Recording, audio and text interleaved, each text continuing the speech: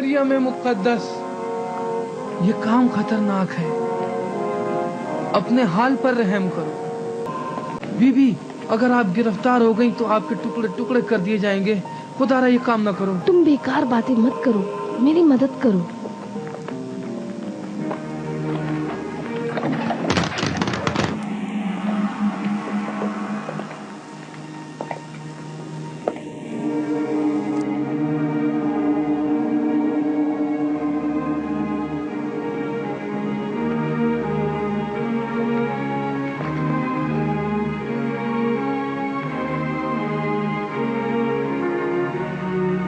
میں نے تم کو ریگن کی نگرانی پر لگایا تھا، جبکہ تم نے خدا سے غداری کی اور اس کا ساتھ دیا۔ اگر تمہاری مدد نہ ہوتی تو اس کی عبادت گاہوں تک رسائی نہ ہوتی۔ اب تمہاری سزا موت ہے۔ اس کی کوئی خطا نہیں، اس نے میری اطاعت کی ہے، اسے رہا کر دو۔ یہی اس کی سزا ہے کہ اس نے میرے حکم کے مخالفت میں تمہاری اطاعت کی ہے۔ مار دو اسے۔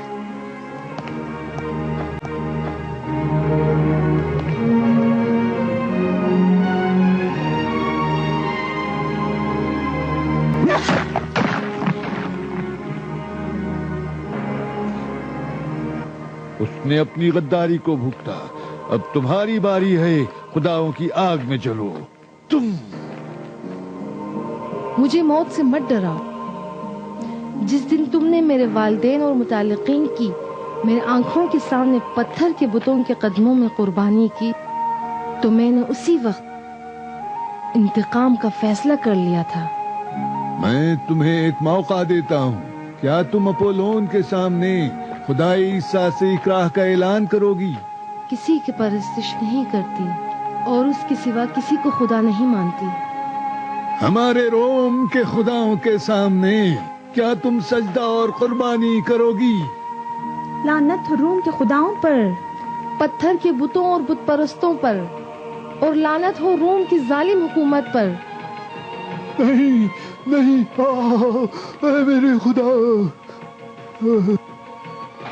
اے خدائے اپولون، اس قربانی کو قبول کر۔ میری امی، نہیں نہیں، میری امی۔ ہیلن، میری بیٹی۔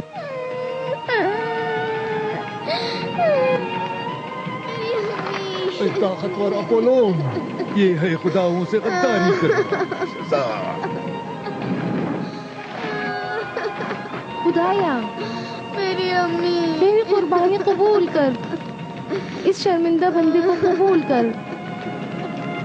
الہی، میری بیٹی کو تیرے حوالے کرتی ہوں، میری امی، تو اس کی حفاظت فرما۔ الہی، میں نے بتوں کو تیرے لیے توڑا ہے، امی، تو ہی میری مدد فرما۔ میری ماں جلتی رہی اور میں کچھ نہ کر سکی۔ وہ ایک بہادر عورت تھی۔ میں آپ کے لیے بہت پریشان ہوں، ڈرتی ہوں کہ کہیں اسے آپ کے عقیدے کا پتہ نہ چل جائے۔ مجھے ڈراؤنے خواب نظر آتے ہیں، پتہ نہیں خدا نے کیا مقدر کیا ہے۔ مجھے ڈر لگتا ہے،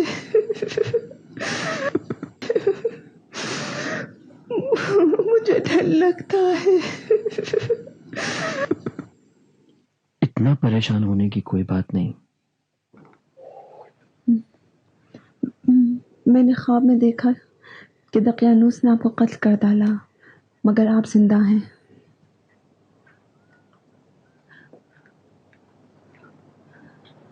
وہ ہمیں لگاتار دھمکیاں دے رہا تھا اور وہ ہمارے درمیان کھڑا تھا۔ ہم ایک دوسرے تک نہیں پہنچ پا رہے تھے، ہم ایک دوسرے سے بہت دور تھے۔ میں جوان تھی اور آپ بوڑھے ہو گئے تھے۔ لگ رہا تھا کہ آپ میرے باپ ہیں، لیکن سمجھ نہ سکی کہ آپ میں سے کون میرا باپ ہے۔ وہ آپ کو قتل کر کے خوشیاں منا رہا تھا۔ میں ڈرتی ہوں،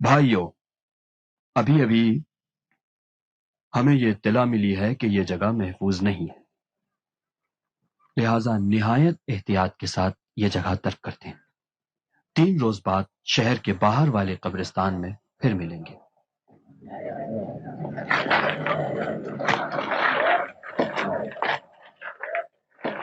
آپ ان کاموں سے لوگوں کو عیسائی مذہب کی تعلیمات کے خلاف بھڑکا رہے ہیں اور ان لوگوں کی جانیں بھی آپ خطرے میں ڈال رہے ہیں۔ خدا ہم سب لوگوں کی ہدایت کرے۔ اگر وہاں بھی حملہ کر کے لوگوں کا قتل عام کیا تو کون جواب دہ ہوگا؟ خدا پہ بھروسہ کرنا چاہیے، جو خدا کی مرضی ہو وہی ہوگا۔ استاد، اگر ضرورت ہو تو آپ کی حفاظت کے لیے میں رک جاؤں؟ نہیں، تم جاؤ، پریشانی کی بات نہیں، خدا بزرگ ہے۔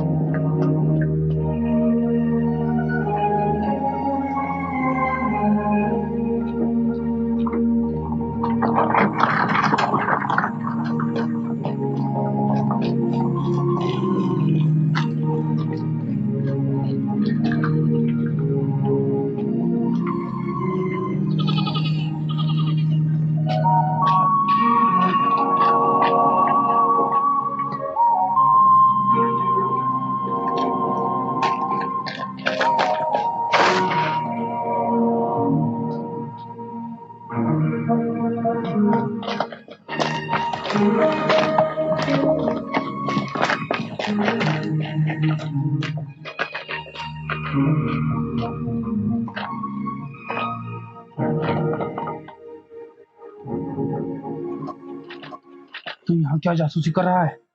ادھر سے گزر رہا ہوں، بلا وجہ۔ دوبارہ تجھے اگر یہاں دیکھ لیا تو زندہ جلا دوں گا، بھاگ جا۔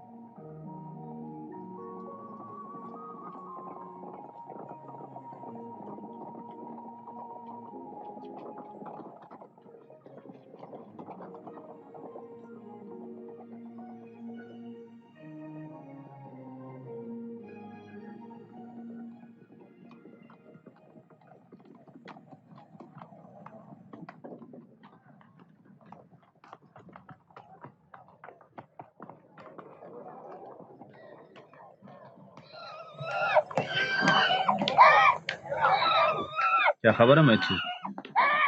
عالی جناب جولیس، ازرویل یہودی کے پاس کچھ خبریں ہیں۔ تم یہاں کیا کر رہے ہو؟ تم سے نہیں کہا تھا کہ دنیا پر نظر رکھو؟ کہا تو تھا، لیکن حضور ابھی چند لمحے پہلے کسی نے اس کو تانگے کے ذریعے بھگا دیا۔ حضور میں پیدل تھا، لہٰذا میں اس کا پیچھا نہ کر سکا۔ پیدل کیوں؟ جناب وہاں گھوڑے کی ضرورت نہیں تھی، مجھے نہیں معلوم تھا کہ اس کو وہاں سے بھگا دیں گے۔ یہ محل کی خبریں باہر کس طرح پہنچی؟ تانگے والے کو بھی نہیں پہچانا؟ حضور اس نے چہرہ چھپا رکھا تھا، لیکن میرے خیال میں تانگا شاید میکسیملین کا تھا۔ میکسیملین کے گھر پر نظر رکھو، دیکھو وہی تانگا ہے یا نہیں۔ جاؤ۔ جاتا ہوں والی جناب۔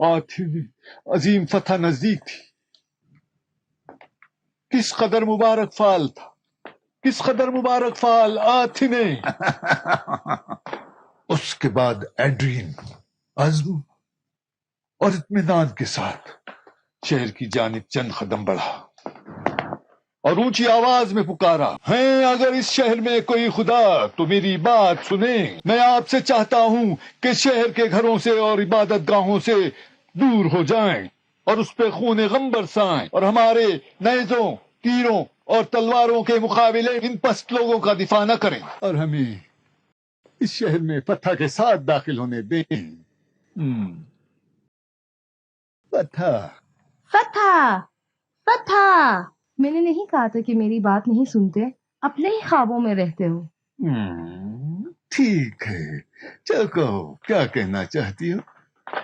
تمہارے خیال میں شہنشاہ کس کو اپنا جانشین بنائیں گے؟ مجھے نہیں پتا. تم نے کہا تھا کہ شہنشاہ سے تمہاری پرانی دوستی ہے. ایڈرین کے ساتھ میری ماضی کی یادیں میرے ذہن سے نہیں نکلتی. میں لگاتار ان دنوں کا سوچتا ہوں. میرا مطلب پرانی یادوں کو تازہ کرنا نہیں ہے. میں چاہتی ہوں کہ ہم اس دوستی سے زیادہ فائدہ اٹھا سکیں. کیا فائدہ اٹھایا جا سکتا ہے؟ ان سے کہو کہ پرانی دوستی کی خاطر اور ان کی جان بچانے کے صلے میں تم کو جانشین بنا دے.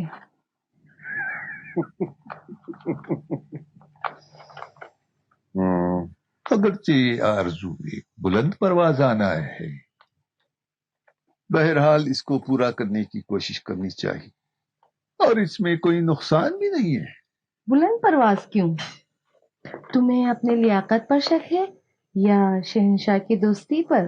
کسی پر بھی نہیں. میرا شک روم کی شورا کے فیصلے پر ہے. میرا خیال ہے کہ اگر ایڈرین بھی مان جائیں تو وہ منظوری نہیں دیں گے. لیکن کوئی حرج نہیں، اندھیرے میں تیر ہے. تم نہیں جانتے دقیانوس کتنا مزہ آتا ہے جب میں خود کو روم کی خاتون اول تصور کرتی ہوں. تو میری تجویز ہے کہ تم خود بھی شروع ہو جاؤ. ایڈرین کی بیوی شارون بھی آ رہی، تم اس سے دوستی کرو. بیویاں شوہروں کے فیصلے پر مؤثر کردار ادا کرتی ہیں. اگرچہ میں اس کو دیکھ نہیں سکتی، تمہاری تجویز بری نہیں. مطمئن رہو میں اس پر عمل کروں گی.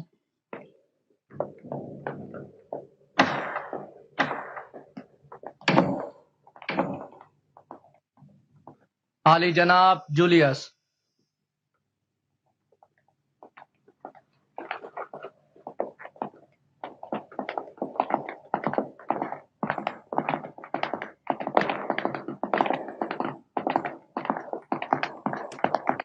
سلام ہو علی جناب دقیانوس پر.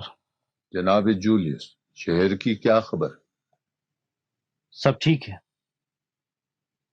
میری واحد پریشانی محل کے اندر سے ہے، کیونکہ اس کی خبریں باہر پہنچ جاتی ہیں.